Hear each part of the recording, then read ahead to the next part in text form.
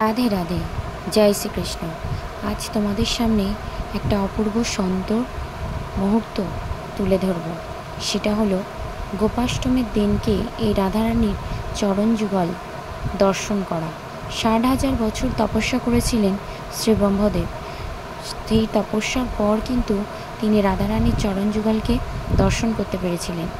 আর ISKCON মন্দিরের কৃপায় এই গোপাষ্টমীর দিনকে 365 দিনে এক বছর হয়, তার মধ্যে ঠিক একটা দিন ইস্কন মন্দিরের সমস্ত ভক্তরা এই রাধারানীর চরণ যুগল দর্শন করতে পারে। বাইরের মানুষকে দর্শন করতে দেওয়া হয় না, কিন্তু এই গোপাষ্টমী তিথিতে, এই বছরের গোপাষ্টমী তিথিতে সাধারণ মানুষের জন্য দ্বার খুলে দেওয়া হয়েছিল।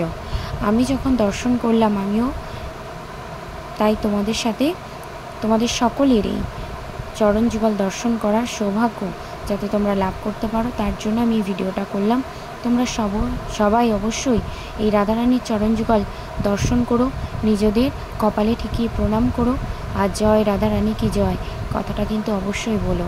আর হরে কৃষ্ণ কৃষ্ণ কৃষ্ণ হরে হরে, হরে রাম রাম রাম হরে হরে অবশ্যই বলো। যা দেখি সত্যি আমি মুগ্ধ,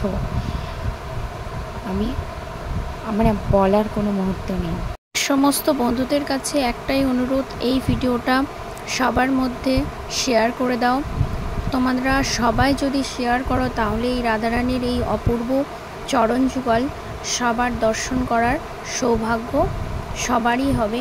তোমরা যদি সবাই ভিডিওটাকে শেয়ার করো, তোমাদের কাছে আমার এই অনুরোধটা রইল।